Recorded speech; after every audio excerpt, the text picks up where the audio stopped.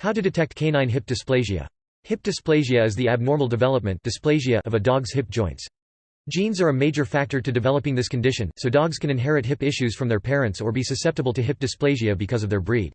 As a general rule, larger pure-breed dogs tend to carry the genes for hip dysplasia, so this condition is especially prevalent in German Shepherds, Labradors, Golden Retrievers, and Rottweilers. 1. If your dog is properly diagnosed with hip dysplasia and gets the proper medical attention, it's possible for him to live a happier life with less hip pain.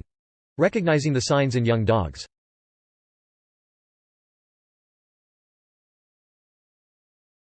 Pay attention to the shape of your dog's back. If your dog is experiencing low-grade hip pain, subtle signs like your dog's posture and the shape of their back may be one way to detect hip dysplasia.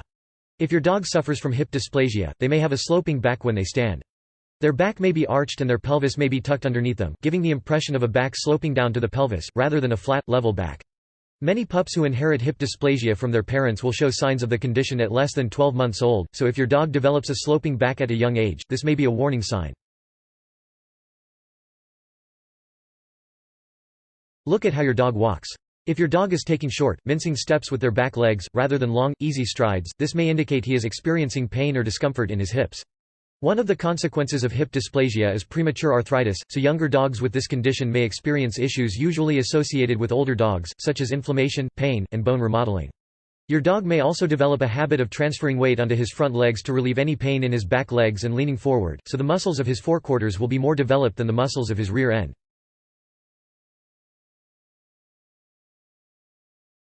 Check if your dog is hopping rather than walking. Some dogs with too sore hips will bunny hop instead of walk. Rather than move each leg independently and stepping with alternating legs, your dog may move his two back legs as one unit and hop forward. Notice if your dog doesn't want to hop into the car or climb up the stairs. Dogs with hip issues may be reluctant or unable to perform activities that require propulsive power from their back legs like climbing stairs, jumping into a car, or leaping over objects.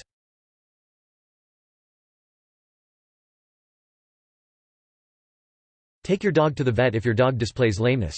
Because the signs of hip dysplasia in young dogs are not very obvious, it can be difficult for you as the owner to realize something isn't right until the dog goes completely lame. When your dog displays lameness, this may appear to be short-term injury but in fact may be a more serious issue like hip dysplasia. To be certain, take your dog to the vet to get tested.